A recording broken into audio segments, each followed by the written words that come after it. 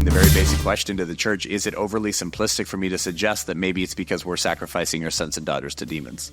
Well, why should we expect revival in America when our sewers run red with the blood of our children?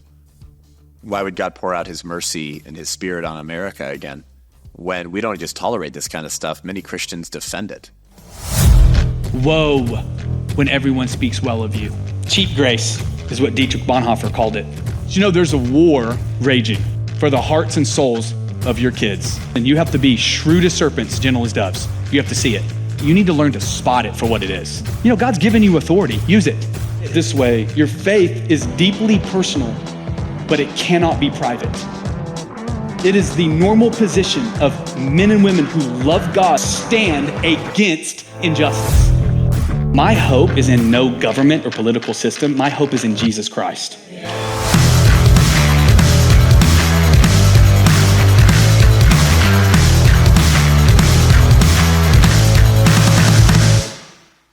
Welcome into another episode of the Under God podcast. My name is Nate, and I'm in for Pastor Stephen Martin, and I'm here with a new but good friend of mine, Seth Gruber, and we're going to be getting into some really important content today as we take a look at the death factories in America, how we as a country have legalized and allowed and supported the murder and killing of babies, and the entire time that's happened, the Christian church has sat passive and watched and let it happen. And that needs to stop today. But we're going to get into the history, some of the theology behind it, and we're going to tell you what you can do about it. Seth, thanks so much for joining us here today on the Under God podcast. Thanks, Pastor Nate. Yeah, thank you. Yeah, man. So we've had Seth in at Vintage Church today. It's been an amazing time learning a little bit more about the history of honestly one of the worst things that our country has ever said yes to, and that is to infanticide, killing, abortion, murdering children. And you are now out here trying to educate people all over the country about the history behind this. We want to get into that today, but first we got to get to know you, man. Why don't you tell us your story, where you came from? I've heard a little bit of it. I can't wait to hear it in person.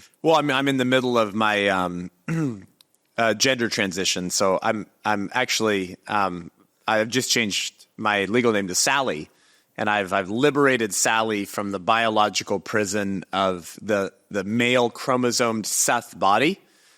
Because part of what the church has forgotten is the beautiful heresy of Gnosticism that demeaned the physical and treated the physical body as the prison for the real self.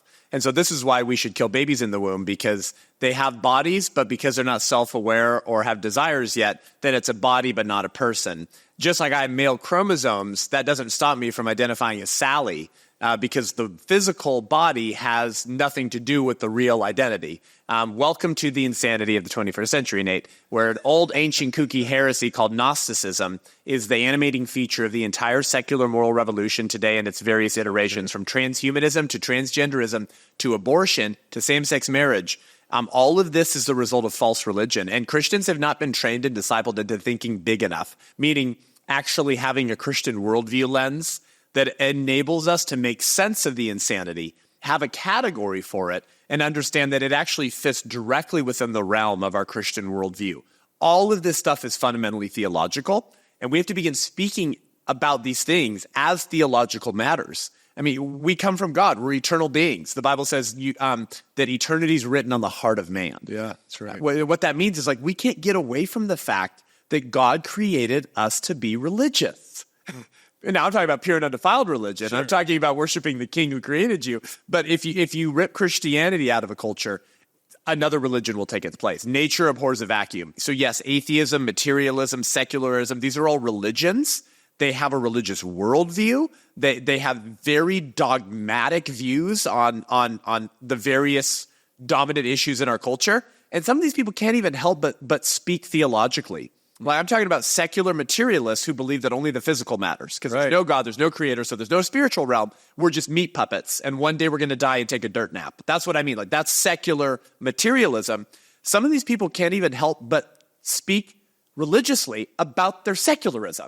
Sure. And I'll give some examples, but it just goes to show with the church and the people listening to this, Nate, all human conflict is ultimately theological. For example, I am not my body, the religion of transgenderism, right? That's what they say. They say, born in the wrong body. This is the language that trans activists use to describe their worldview.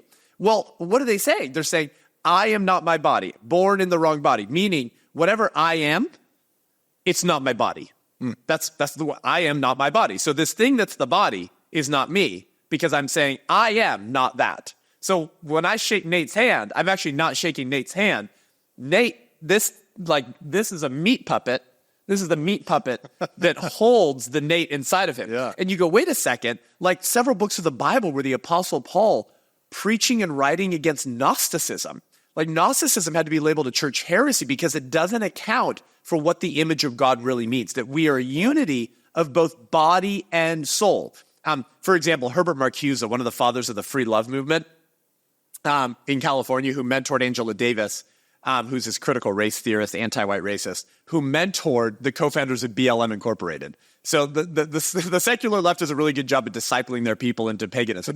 Herbert Marcuse once said that the way back into the garden is to take another bite of the fruit of the tree of the knowledge of good and evil.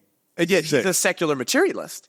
Why is he speaking through biblical metaphor? Because they can't help but do this. So even when the left says, I'm not my body, born in the wrong body, what they're saying is like the real me is a metaphysical spiritual thing.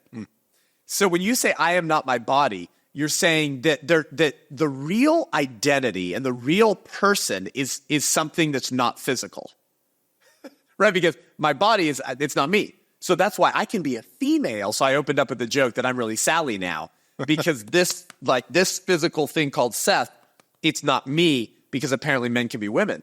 Well, then you're acknowledging the existence of a soul, but the left doesn't have the Christian verbiage to say that. So what they say is my authentic identity or my gender identity. Right. When the left uses the phrase gender identity, Nate, what they mean is they're trying to talk about the soul, but they don't have the. They don't want to talk about it. Yeah. Now, what about abortion? How is this the outgrowth of the same Gnostic occultic heresy? The baby in the womb, see, we can kill them because even though they're biologically human, real persons are not bodies. Remember, I am not my body. And so when you kill a baby, you don't murder a child. You just dissect a pound of flesh. Because until that child has desires, consciousness, self-awareness, those are the same things that the transgender movement say represent the real authentic identity. Until the baby is developed enough to be able to exercise in the here and now consciousness and self-awareness, then when you kill a baby, you don't kill a person. You just dissect a pound of flesh because the real identity is not present there yet. I could go on and on and on. This is an old heresy that the church had to label as a heresy centuries ago, and it's the animating centerpiece of all of the secularist issues that are destroying the country right now. So as the opening to Under God podcast, what we have to say is we're dealing with theology gone wild. And if we don't get the understanding of the Imago Dei right, we don't get our understanding of the image of God right, everything goes to hell in a handbasket really quickly. Wow. But thankfully, I had good parents who homeschooled me. I was doing pro-life activism while I was still in the uterus, and my mom was saving babies at a pregnancy center while pregnant with me. So I've been a pro-life activist since I was a fetus, homeschooled through 8th grade, went to public high school, threatened to sue my high school for not letting me pick the topic of abortion for my senior project because they didn't know that I had memorized the entire preamble of the Constitution, the entire Declaration of Independence by the time I was 11. And so they backed off real quick, and it was my senior year of high school that I saw aborted baby photos of children dissected and murdered at 6, 7, 8, 9, 10 weeks old in the first trimester. Yeah. And that was the turning point for me. So I've heard you talk about this before, and you think that it is, and I agree with you, but let's talk about this for a second. You think it's really important that we as a society peel back the curtain and see what's actually taking place. On everything, but specifically with abortion. Can you talk about that for a minute? Why that's so crucial? On abortion, we have to pull back the curtain spiritually, politically, culturally, and physically. Like I literally think that like if you're pro-choice, you should be forced to watch an abortion in progress video. If abortion's such a great idea, why would a simple picture of it make pro-choicers so upset? I've done activism on college campuses for over a decade, and we actually set up aborted baby photos on college campuses and make woke pro-abortion 20-year-olds on college campuses as they walk to class look up and see what choice looks like, quote unquote choice, right? The killing of babies. Most people have never seen what abortion is and does to unborn children. So like literally the curtain has to be pulled back. Yeah. Like people have to see what our Father has to see 2,700 times a day in America or more. Nearly 3,000 babies are murdered every 24 hours in America, and we wonder why we're under the judgment of God. We have to pull back the curtain spiritually We have to stop talking about this as a political issue. This is like actually like Satan stuff. This is like Satan worship, demon worship stuff. Like throughout the Old Testament, God says, stop sacrificing your sons and daughters to Moloch. Stop passing them through the fire. I told you to cut it off. If any one of you do sacrifice your children to Moloch, or anyone from the tribe closes his eyes when someone else sacrifices his children to Moloch, I will cut you off from among the people, you and the rest of you who follow after him in whoring or prostituting yourselves after Moloch. Like, that's how God talks about baby killing. It's somewhat colorful language. It is. He says in the Old Testament, it never entered my mind that you would do this. Right. That's what he says about passing children through the fire to Moloch. Now, of course, God's omniscient. He's using language to communicate like how horrific and heinous the behaviors of his people were when they were participating in baby sacrifice. Sure. As the entire Old Testament is God very angry because you keep doing pagan idolatry worship stuff. And generally that had to do with like weird sexual cult like worship stuff and then baby killing. The entire Old Testament is an indictment against killing your children. And of course, the Savior of the world comes into humanity as a fetus in a uterus. So the entire scriptures are basically, I'm sending the Savior through your lineage, so don't kill your babies. I told you to stop passing them through the fire. He's going to come through your lineage, so don't kill your children. And then he arrives, and Herod tries to kill a bunch of babies and does to prevent the Savior from taking his throne. So killing babies to accrue political power is not a new idea. Definitely not. In the 21st century, the Democrat Party and the Republican Party today. It actually goes back to Herod, and it goes back further than that. So we have to pull back the veil spiritually. There's a reason why they say, this is my body, my choice. They're quoting Jesus at the Last Supper. This is my body. I break it for you. Take and eat in remembrance of me. So abortion says you must die so I can live, but Christ says, no, I must die so you can live. Peter Craiff, the Catholic philosopher, said, abortion is the demonic parody of the Eucharist. Well, that's why it uses the same holy words. Wow. This is my body, but with the opposite blasphemous meaning. So Christ says, this is my body, I break it for you. Abortion says, this is my body, I break you, baby, for me. It's the gospel flipped upside down. And you'll notice it's like Satan can't create, right? Same playbook. He has no original stories. He actually can't create. Right. That's good Christian theology. Satan can't create anything. All he can do is copycat, invert, and pervert. So, of course, the rainbow, which was like this thing of like, I'll never wipe out the world by flood again because of disgusting, heinous immorality and also sexual immorality. So, of course, the rainbow comes to represent the very kinds of actions that led to the flooding of the world in the first place. Like that's the most blatant in your face example, Sure. Of course. But this is my body, my choice is another example. And so I think the church has to kind of level up and begin recognizing that when we abdicated from these things in the culture, I'm not political. We don't talk about voting. We don't want to shame post-abortion men and women in the congregation. So that's why, as a weak, wimpy, pathetic excuse for a pastor, I won't preach against it because I don't want to offend the people in my congregation. It's like, no, actually, pastor, your silence is not sparing your men and women hurt. Your silence is sparing them healing. Because the post-abortion men and women in your congregation, what they're hearing from your silence is deafening. What they're hearing from your silence is that this thing is so bad and so unforgivable that my pastor can't even touch it from the pulpit. Your silence is not compassionate. It's cruel. Actually, it's cruel. It's the silence of the shepherds on the abortion of the lambs. And we have millions of post-abortive men and women in our congregations who, if healed, redeemed, and set free, could be some of the most powerful voices against the culture of death. But we have too many cowardly pastors who won't touch the issue and lead the people into freedom. And then we have to peel back the layers on this politically and culturally. People don't understand what's happening in this country. We're killing babies and burning their bodies to fund our electricity bills. In Washington, D.C., there's an abortion clinic called DuPont.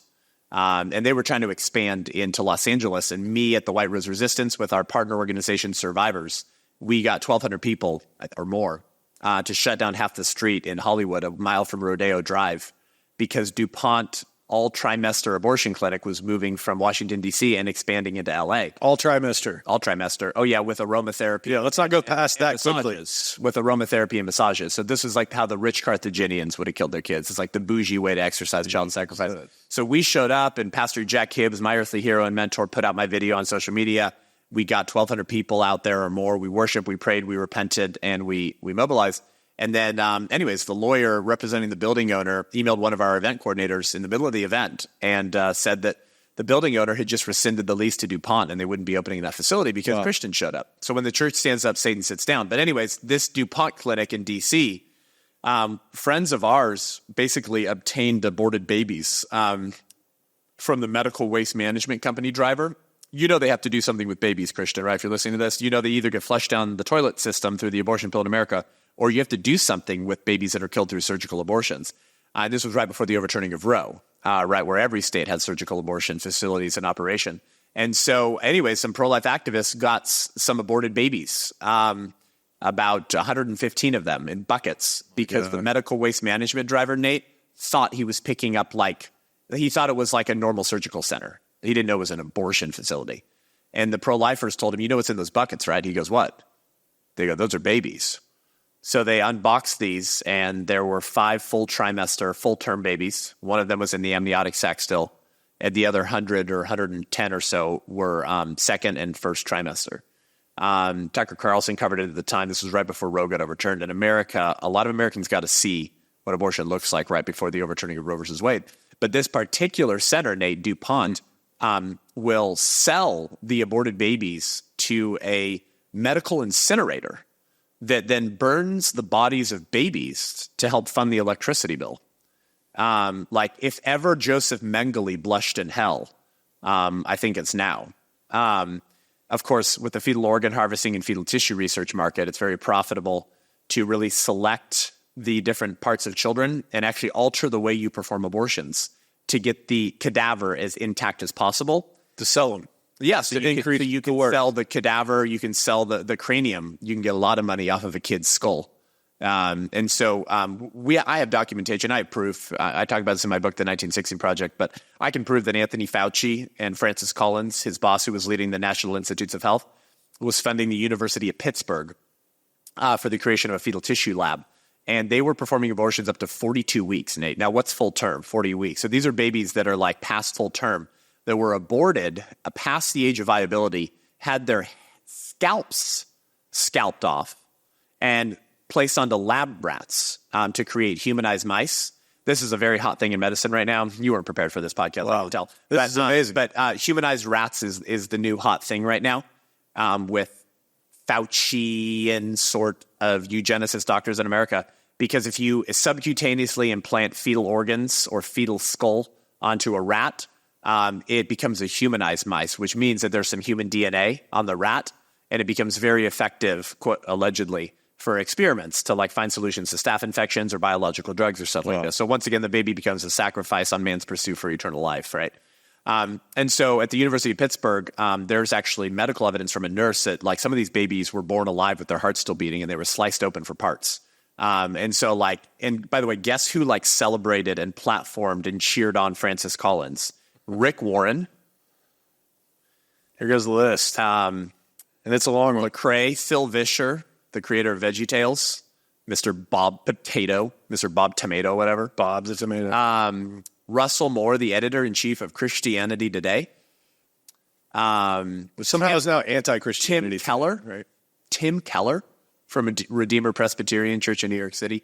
Ed Stetzer, the dean of Talbot Theological Seminary, Biola University's flagship seminary in La Mirada, Southern California. And none of these Christian, quote-unquote, alleged leaders have apologized for their cooperation with evil. So politically, we have to pull back the veil. We're not just killing babies in America. We're burning their bodies to fund our electricity, and we're selling their organs to the highest bidder. And this has to be said as well. Kamala Harris, I think she's running for president or something like that. When she was attorney general in California, because I've been in California my whole life until recently, she was attorney general while I was a citizen of California. And when pro-life undercover journalists like David Daleiden and Sandra Merritt recorded and caught high-ranking Planned Parenthood corporate officials admitting over very expensive Cabernets and salads that they adjust the way they perform abortions to get as intact fetal cadavers as possible to sell to the highest bidder, admitting that they were breaking federal law. It's against federal law to engage in what's called valuable consideration. Just means you get money for fetal organs. Trafficking in body parts is illegal, even if it is from fetal abortion unborn babies. So Planned Parenthood admits on video for hours, hundreds of hours of footage that they of all these Planned Parenthood corporate officials saying that, totally. And then they get very well, and they make a lot of money on selling the bodies of aborted children. what did Kamala Harris do? She sent her California state troopers to raid the apartment of the pro-life undercover journalists, break into their home, and steal any additional footage so they couldn't release it. Now, who was lining Kamala Harris's pockets with campaign donations at the time? Who was one of her biggest donors? Wow. Planned Parenthood. Wow. And so that's just some of the stuff going on kind of politically and culturally that we have to pull back the veil on as well. So all that to say, in Hosea 4:6, God says, my people are being destroyed for lack of knowledge. And that couldn't be truer today. Well, absolutely true. And what's interesting is the tie back. I mean, you go all the way back to Jeremiah 7 and Jeremiah 19, and you see these people of God sacrificing their children to Molech, to Baal. Why? Because they want to be like everybody else around them. And you've probably talked about this before, so I'd love to hear your thoughts on it. But we discussed this in our church, actually, and talked about the fact that this is the Valley of Drums, where they beat the drums to drown out the sounds of the shrieking babies. And here today, we do the same thing. You ever read Isaiah 1? Let's go to it. It's pretty gnarly. The backdrop of Isaiah 1, by the way, the backdrop of Isaiah 1 is that the Israelites were having really great worship services in the city. So much spiritual activity. One little problem in the evening, they were walking a half mile down to the Valley of Hinnom, where they were cooking their children. That's the backdrop of Isaiah 1. And you're right, by the way. Historians believe and have evidence that the Canaanites in particular would beat these massive drums during these child sacrifice rituals where, you know, they cook a furnace under Moloch's outstretched hands. So these hands become piping hot. And then they would place their children on his outstretched arms and beat drums to drown out the sounds of the children so that their mothers can't hear them. So that's the backdrop of Isaiah 1. And it's pretty gnarly to read kind of God's very colorful language against some of this evil. So I encourage you guys to go read Isaiah 1 sometimes, but here's a part of it. What to me is the multitude of your sacrifices, says the Lord. I have had enough of burnt offerings of rams and the fat of well-fed beasts. I do not delight in the blood of bulls or of lambs or of goats. When you come to appear before me, who has required of you this trampling of my courts? Bring no more vain offerings. Incense is an abomination to me. New moon and Sabbath and the calling of convocations, I cannot endure iniquity and solemn assembly. Basically, I hate your worship services. Your new moon and your appointed feast, my soul hates them. They are a burden to me, and I'm weary of bearing them. I'm tired. Basically, don't sing Graves into Gardens one more time. I hate that song.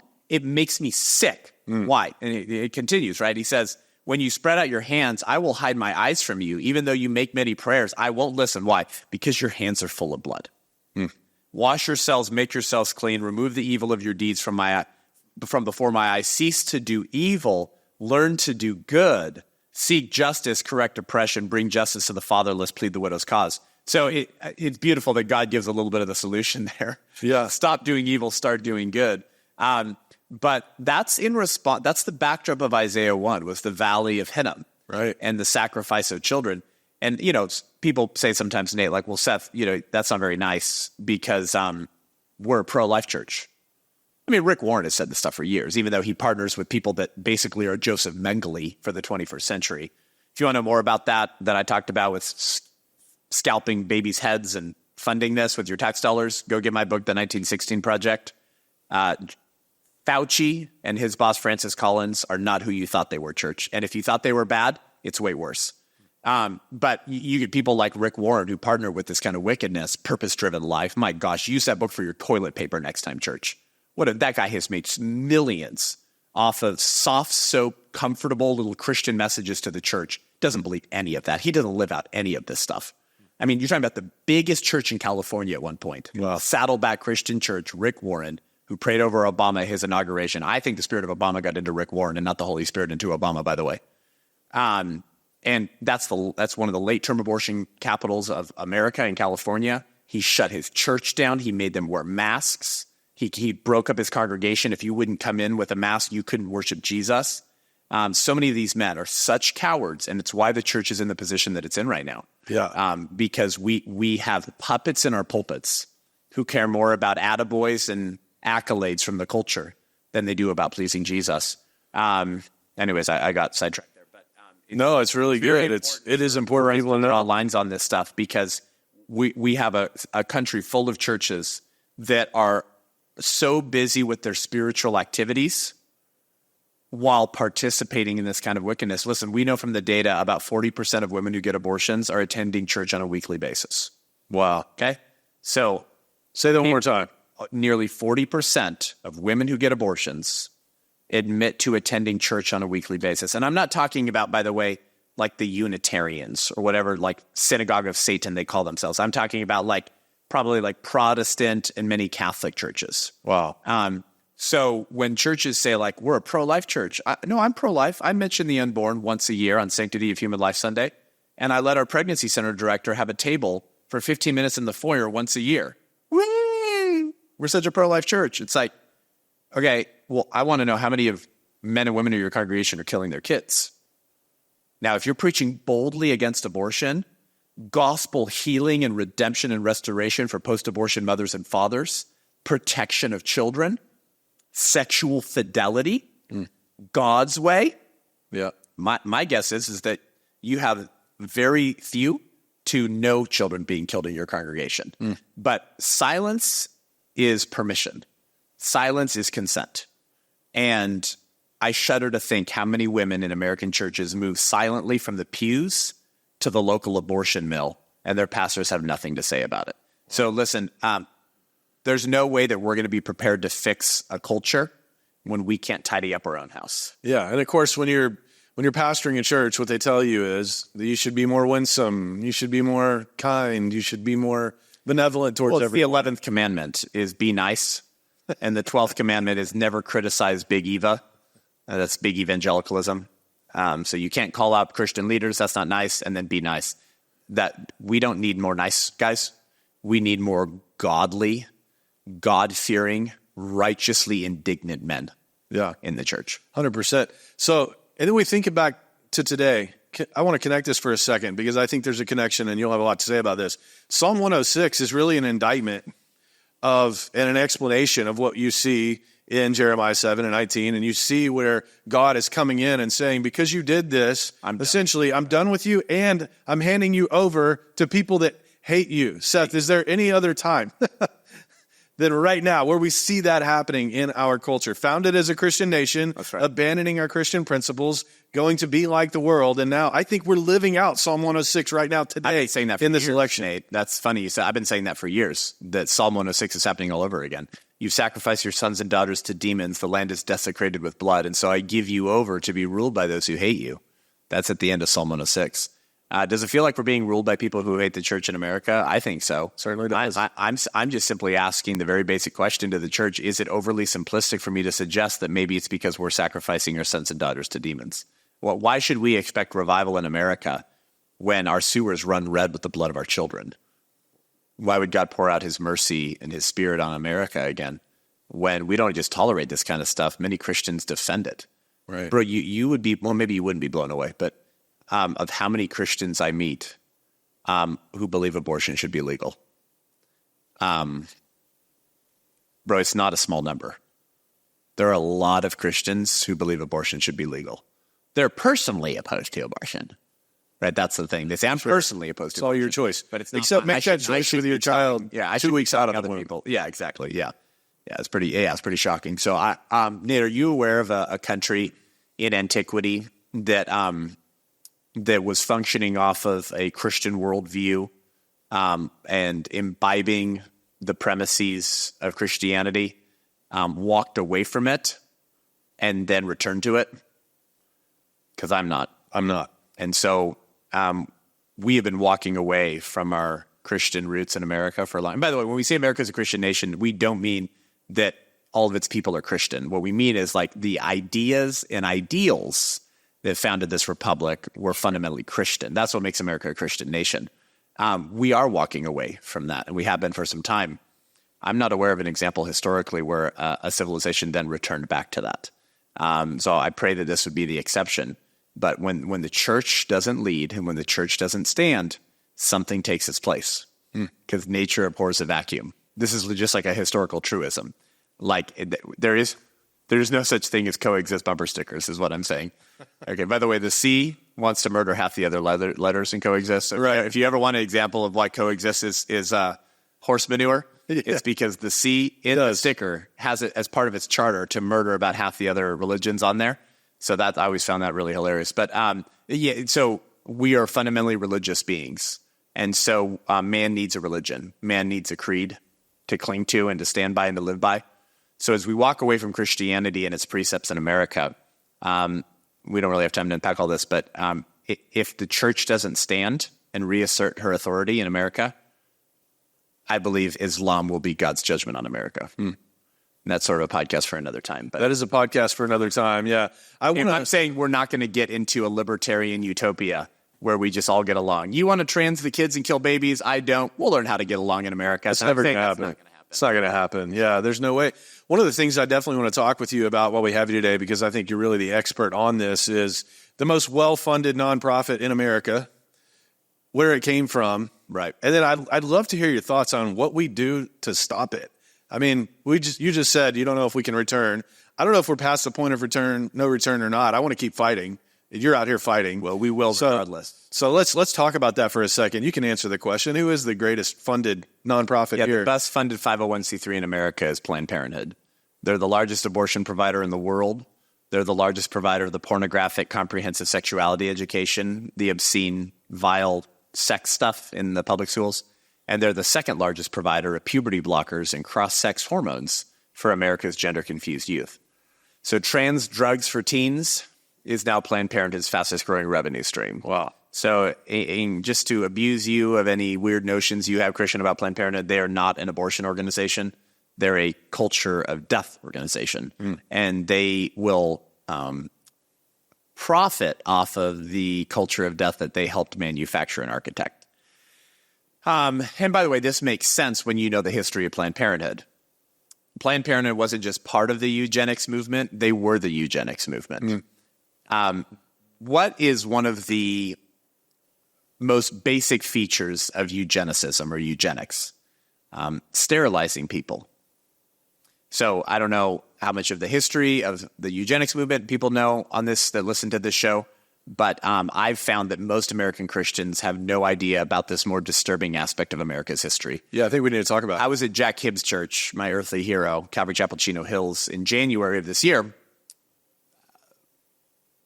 It must have been over 2,000 people in a live audience. And I asked them, by raise of hands, how many of you guys have heard of the Supreme Court decision, Buck versus Bell?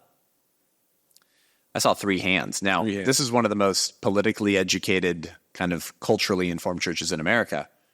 And that really clued me into what I kind of already had a hunch was true, which was that even fired up, knowledgeable Christians who really are doing something about our horrible culture don't know much about how it was created. Right. So how can you defeat an enemy you don't understand? How can you destroy an enemy that you don't know exists? Buck versus Bell was a Supreme Court decision in 1927. 1927. So Planned Parenthood was 6 years old at that point, at least from its founding. It upheld Virginia's 1924 or 23 mandated sterilization law. And in an 8-1 decision, the High Court, the United States Supreme Court, 8-1, upheld Virginia's law, therefore allowing any state in America to forcibly sterilize Americans that the elite determined should not be allowed to have children. So let me not beat around the bush here. Here's what I mean. Tying people down to a medical table, snipping the dudes or tying the woman's tubes to permanently sterilize them so that they can never reproduce again against their will. Because they think they're unfit. Y'all, I'm not talking about the Third Reich. I'm talking about America. That was a 1927 Supreme Court decision. In the next 15 years, Nate, over 70,000 Americans were forcibly sterilized by state governments between California and New York. Unbelievable. And then there was this thing called the Nuremberg trials. Ever heard of that? Definitely. The Nazis cited our Supreme Court decision, Buck versus Bell, in their defense. As if to say, who are you to judge us? Yeah, look at them. Y'all were doing eugenics before us. We learned it from you. Okay? We led the way in eugenics laws. Before Hitler, before the Third Reich, America was introducing and passing eugenics legislation here. Wow. In the land of the free and the home of the brave. Okay? Margaret Sanger endorsed that decision when it was decided in 1927.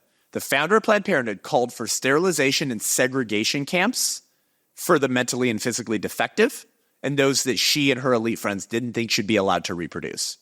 So when I say eugenics, if you're thinking, listener, about Hitler, Stalin, Mao Zedong, Mussolini, Pol Pot, good job. That's all eugenics. Eugenics is responsible. More innocent people were killed between the year 1900 and the year 2000. So we're talking about the 20th century. Because of the ideology of eugenics. Wow. Than all of the murderers, warlords, and criminals and tyrants of the previous history before the year 1900 combined. More innocent human beings were killed by the state in the 20th century than all innocent human beings murdered by the state from the creation of the world to the year 1900 combined. That's the fruit of liberalism, secularism, eugenics, Darwinism, neo-Malthusianism, and materialism. Now, is that just a political issue? No, that's a spiritual, theological issue. Margaret Sanger said, no gods, no masters. Right? Nietzsche said, God is dead. Right? Thomas Hobbes, in his book Leviathan in the 1500s, said, there is no God. Therefore, morality is the avoidance of pain and the increasing of pleasure. That's our only guide for making moral choices. Wow. Like, these ideas have had a lot of consequences.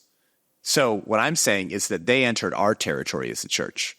When you talk about family, procreation, children, education, marriage, that's our territory as the church. It's all spiritual. It's all We're not talking about tax rates, right? Which road to build. Yeah, we're not talking about like, taking out a loan and what's your interest rate? How many fire departments and police stations? We're talking about like, this is our territory. Right. They entered our territory as the church and we let them into, we let the wolves into the den. We let them target the sheep because we say, I'm not political. No, you're a coward, pastor, if you won't preach and mobilize your congregation against these things. Now, I don't think any pastor can fix the culture war. It's too big of a job description. What I do believe is that pastors can preach the full counsel of God and disciple and equip their people to go fulfill the work of the ministry. That's a bottom-up approach. Right. That's Christendom. That's the heritage of Christian resistance. That's the legacy of the church. So we don't even know who we are anymore. We've forgotten our mandate. We've forgotten our duty. And so we're lazy. We're fat. We're tired. And we're not living out the adventure God would have for us. You go take that valley. You go tear down the Baal statues. You chop up the Asherah poles. Right. Go take that land for me. Go stand, raise a banner, raise the standard. So if your Christianity's boring, Christian, you're doing something wrong. There's plenty of work to do. You want to know what it's like to live in the days of Elijah? Well, welcome to America in 2020. We're in it. We're in it. We just have to see it for what it is. I do think, and this is, I think this is to blame. Well, the blame lies with the pastors, I guess you should say. But it is astonishing how many people don't have their eyes open to this issue. Like, don't really even contemplate it. It's like, okay, That's right. There's a certain group of people, if they want to go get an abortion, that seems wrong. But they can't even articulate the worldview past Genesis 1:27. Oh, everybody's made in God's image. And it sort of stops there. And I think that it is for a lack of ignorance. And so I appreciate what you're doing. Could you tell us a little bit more about the White Rose Resistance? Because I think the work you're doing there is going to help educate Christians and help us become louder and affect change in our culture. Yeah, absolutely. Well, we tell a lot of these stories and go deeper on everything I'm saying in my book, The 1916 Project. Go get the book. So people can get that at the1916project.com, the1916project.com. And there's a film coming out October 22nd on X, on Twitter. But we're doing hundreds and hundreds of church screenings all around the country. I've only made like 13 of them because we're doing hundreds. Not to be confused with the 1619. Not to be confused with the 16. That garbage. The Yeah. 1916 project. that on? 1916 is when Margaret Sanger opened her very first clinic in the Brownsville neighborhood of Brooklyn, New York. That functionally was the first Planned Parenthood clinic. And that's what I'm saying most of the rot of the 21st century came from. Why? Because that was the beginning of what would turn into the largest abortion provider in the world, the largest provider of the pornographic, obscene, diddle the kids, show them every weird sex thing curriculum in the public schools, and almost the largest provider of chemically castrating transgender drugs for America's gender-confused youth. Yes, I think 1916, probably more damage comes out of that date in the 20th century that's unfolding before our eyes right now than maybe any other date in any other woman of the 20th century. But we touch on Kinsey, we touch on Hugh Hefner, we touch on a lot of things in the book and the film. The book goes way deeper, so you can get it wherever you get books, but if you get it from the 1916project.com, you support our ministry and not Christian baby-hating Amazon. And so that goes way deeper, and so I recommend that to people. But the ministry is called the White Rose Resistance, and we tell their story in one of the last chapters in my book. The White Rose Resistance was an anti-Nazi Christian resistance youth movement of kids in their 20s. Kids in their 20s. I didn't even tell the story in my sermon today at Vintage Church because we tell the story in the film. So that's like, that was one of the teasers to get people back this evening to see the film. But basically in 1942, a young woman, 21 years old, named Sophie Scholl, was walking the sidewalks of Munich, Germany. And her father had spent some time in prison for publicly criticizing Hitler. So she came from good stock. And she found a leaflet on the ground, or pamphlet, and it said, "Leaflets of the White Rose." She starts reading this leaflet, and it's explicitly condemning the crimes of the Nazis and asking good people to wake up. They said things like, "If you know, why do you not act?" How simple. They said, "We are Christian and we are German. Therefore, we are responsible for Germany." Like, whoa, these kids were in their 20s. So she reads this thing and her heart is stirred to act. Powerful. And she was reading this, Nate, and she was thinking, this sounds a lot like my brother Hans. He talks like at dinner like this all the time. Turns out the White Rose Resistance had not only been co-founded, it was being run by her older brother Hans Scholl, a 24-year-old young man who was just trying to protect his little sister. He knew how dangerous political resistance was to the Third Reich in 1942. I mean, dude, the Jews were already being rounded up and murdered at this point. Like the ashes from their burned bodies were falling on the steeples of local churches led by Rick Warren's. Okay, like, it's 42. He just didn't want his sister to get killed by joining the resistance. But Sophie, fiery little gal, at 21 years old, she becomes the youngest member and the only female of the White Rose Resistance. And for the rest of 1942, they stayed up late writing, printing, and distributing anti-Nazi leaflets all around Germany. They would take trains in the middle of the night to Frankfurt and to Berlin, and they would distribute these leaflets everywhere. The Nazis hated the White Rose Resistance, but they didn't know who was behind it. They actually were graffiti artists. They would spray paint on Nazi-owned buildings the words "Down with Hitler," and the Germans would come spray paint. Can you imagine if like Vintage Church spray painted like, "Down with Biden," like, on the Texan courthouse or something? Like these kids were like gnarly, right? Or "Down with Beto O'Rourke" or whatever, that'd be hilarious. But so these kids were next level. And in 1943, they took things to the next level. So this was just over 80 years ago. And on February 18th, 1943, Hans and Sophie, brother and sister, entered the campus of the University of Munich. I filmed there in the movie, and you'll be able to see some of that university in my movie. Now, you have to understand that the universities, like the clergy, had largely been co-opted into silence and obedience by the Nazi state, meaning they stood by and did nothing, or worse yet, they were actually involved in kind of like espousing anti-Semitic Nazism. I mean, like the universities were largely in bed with the Third Reich, like many of the pastors. So this is not like a chill, safe thing to do, to enter a university campus with anti-Nazi leaflets. And during class time, when the halls were quiet, Hans and Sophie, brother and sister, walked the campus of the University of Munich, distributing their illegal leaflets outside of classrooms. And then the bell rings to dismiss class, and Sophie runs 3 flights of stairs that I've ran on, I've stood on, I've walked, to the 3rd floor balcony of the University of Munich, and she throws 100 leaflets from the 3rd story all the way down to the atrium below. Now, what happens when you throw paper? It goes everywhere. But she's doing this as kids are exiting their classes into the atrium of the university in downtown Munich. The janitor, a committed Nazi, catches Hans and Sophie in the act, calls the Gestapo, and they're arrested immediately on February 18th, 1943. They spent 4 days in prison being brutally interrogated and physically abused, and they refused to rat out any of their other friends or members of the White Rose Resistance. The prison guards were so shocked and blown away by Hans and Sophie's bravery in the face of death that they relaxed the rules and let Hans and Sophie meet with their parents in a side room right before they were escorted to the guillotine to have their heads chopped off at 21 and 24 years old for simply saying, what's happening is evil. You know it, church. Wake up. If you know, why do you not act? Resist. Do something. Push back. Kids in their 20s. Towards the end of her life in this prison cell, Sophie said something so profound. Said a few things, but at 21, it's shocking to think about the level of clarity she had at 21 years old. And what's interesting, and this is why we call ourselves the White Rose Resistance, Nate, is because, like Sophie, we think the time for blaming the doers of evil is over, and the time for the church to look itself in the mirror and say, what hath I wrought? It's the time for that. And Sophie did not blame the doers of evil. She blamed those who knew better and did nothing. She said, the real damage is caused by all of those millions out there who just want to survive. The honest men and women who just want to be left in peace. Those who don't want their little lives disturbed by anything bigger than themselves. Those with no sides and no causes. Those who won't take measure of their own strength for fear of antagonizing their own weaknesses. Those who don't like to make waves or enemies. Those for whom freedom, honor, truth, and principle is just literature. It's just words. Those who live small, die small. It's the reductionistic approach to life, because if you keep it small, you'll keep it under control. If you don't make any noise, the boogeyman won't find you. FBI, Department of Homeland Security. But it's all an illusion, because they die too.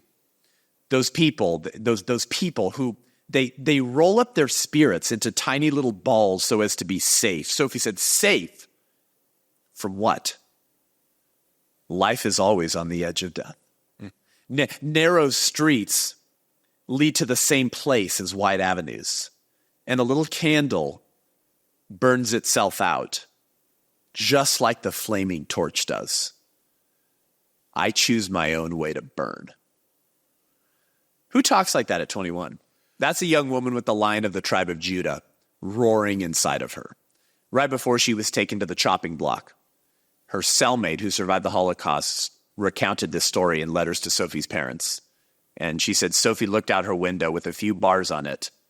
And she said, how can we expect righteousness to prevail when there's hardly anyone willing to give themselves up individually to a righteous cause? Such a fine sunny day, and I have to go now. But what does my death matter if through us, thousands of people are awakened and stirred to action?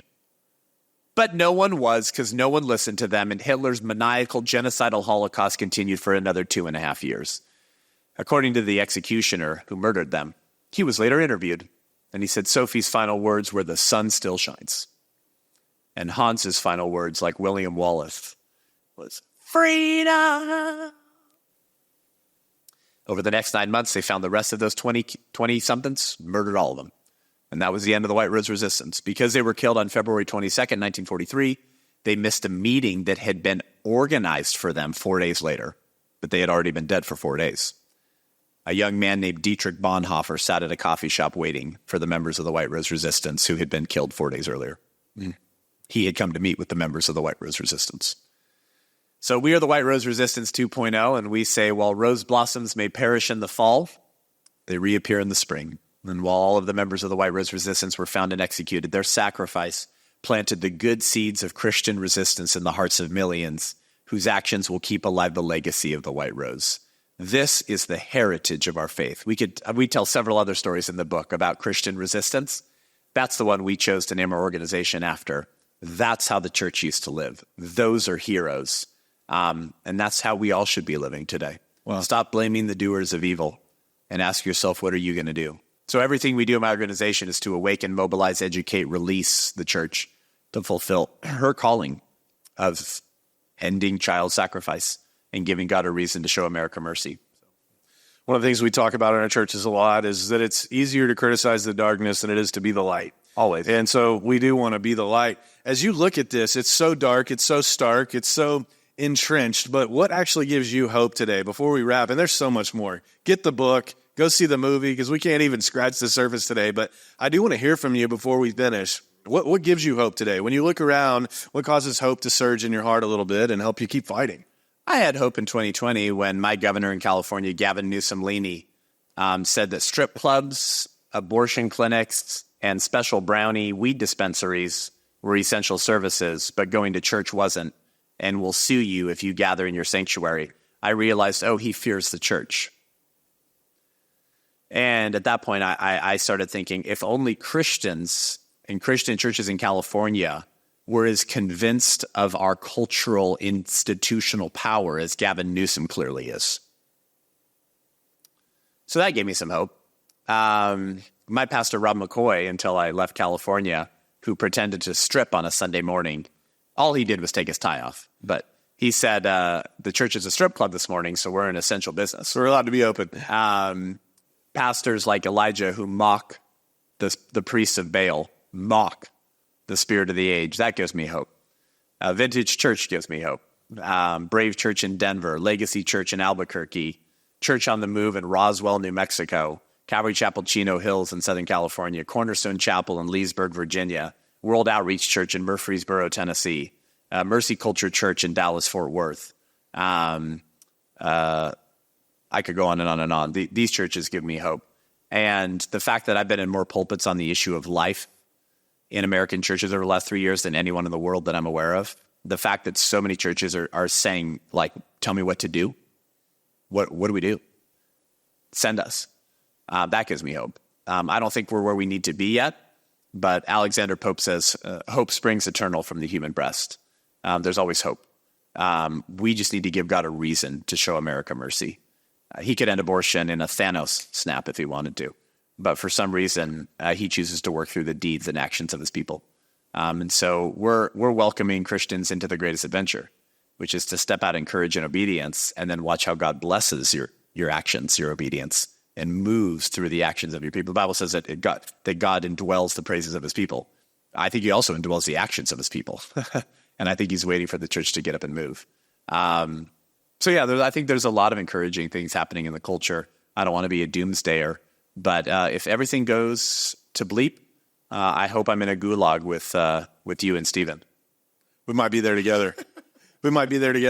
Yeah, this is an incredible time to be alive. I've heard you talk as we get ready to wrap up, but I've heard you talk about Sodom and Gomorrah, and as Lot looked and had a choice, his wife became in death what he was not in life. If you could, Seth, just give us a few words here, man, about what being salt and light really looks like before we wrap up this episode today. Well, at the very least, it means speaking up. I mean, at the very least, it means voting.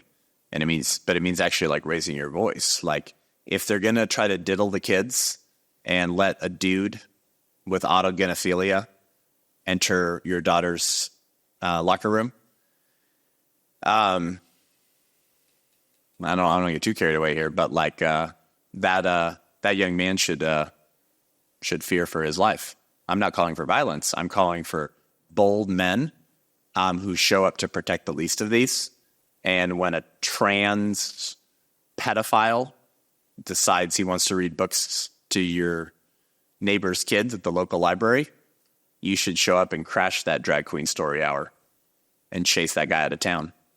I'm saying you should stand outside of abortion centers and graciously plead for the life of the child and offer the help and support of the local church to that mom and say that you're here for her to help her choose life and rally around her as a mother. I'm saying that when school boards are up to shenanigans in Austin, letting boys enter the girls' bathrooms or pushing pornographic curriculum in the school library or the sex ed health week, you should get 500 Christians in a line waiting to share their public comments at the school board meeting and strike so much fear into the heart of the school board members that they change the policy, or you run some godly spirit-filled man and woman and you primary those groomers off the school board and get spirit-filled believers on the school board instead to protect other people's children. When evil shows its hand, show up and expose it. Ephesians 5:11 says, have nothing to do with the fruitless deeds of darkness, but rather expose them. Are you willing to expose evil? Are you willing to show up? The story of us getting 1,200 Christians outside of an abortion center, all trimester murder mill that was about to open in Beverly Hills, is one tiny little example of how sometimes when you show up and you raise your voice, things shift, things change. But the thing is, the left has been showing up and raising their voice so consistently for so many decades. It's how they've changed the culture. And we've forgotten what Christian resistance looks like. So I think there's a lot of things we can be doing. That's great. But I think the church needs to actually get involved, not just politically, but culturally. The church was the ones that was rescuing infants, raising them as their own, adopting babies that were unwanted. And the church was the ones that passed legislation to protect children against infanticide and exposure, permissive laws. The church was the ones historically that passed laws to protect wives and women and females from being used as sex slaves or from the fists of their abusive husband who they had no legal recourse against. The church has always been the ones that protected the vulnerable. And we, by and large, we don't anymore in America. So we've forgotten who we are. And I think Vintage Church and others need to stay faithful, because as more churches step out in courage and using their voice and getting involved, it raises the temperature. It sets a new standard. Yeah. And the more churches that do that, if we do it simultaneously with enough churches, that's how you begin to change the culture. Yeah. We're in such a mess, I don't think we can vote our way out of it. Voting's important. It's the beginning of our Christian civic duty. But I'm saying the culture is such a mess. We have a heart sickness problem in this culture that legislation will kind of give us a little bit more time. It'll withhold some of the wickedness. Sure. Yeah, buys time. And we always have to fight in that political sphere. But we need cultural heart change, and that used to come from the pulpits of America. Some needs to, again. We were talking about before we started taping that cowardice is contagious. But so is courage. But so is courage, yeah. So, man, thank you so much for being with us today. Listen, if you're watching this podcast or listening to it, I want to encourage you, rewind it for the last 2 minutes and listen to what Seth said. There are things that we need to do. And sometimes it can feel overwhelming when you look and you see there's so much that needs to be done. Where do I start? But can I just tell you, start somewhere. Start by having one important conversation. Start by showing up to one protest. Start by praying and asking God, is there anything in me that's stopping me from being able to take this next step? Eradicate the sin and selfishness in your own heart. That's what I have to do every day. We all have to. And then let's go be people of action. There's a reason that when Jesus put his feet at the bottom of Mount Hermon and said, right here, I'm establishing my church, and the gates of hell will not prevail against it. Gates are to keep something out. And that's because the church is supposed to be making its way in. So let's do it. Let's make some inroads into culture. Let's push back the darkness. Let's be the light and see what God might do in and through you. Thanks so much for joining us for this episode of the Under God Podcast. Thank you so much for joining us today on the Under God Podcast. If you enjoyed today's episode, don't forget to like and leave us a review. Your support helps us reach more people with our content. You can stay connected with us on Truth Social, Facebook, Instagram, and Getter. And don't forget to subscribe on Rumble, Apple Podcasts, YouTube, and Spotify so you never miss an episode. You can also access show notes and other resources on our website at undergodpodcast.com. See you next time, and remember to think biblically about the things that matter most.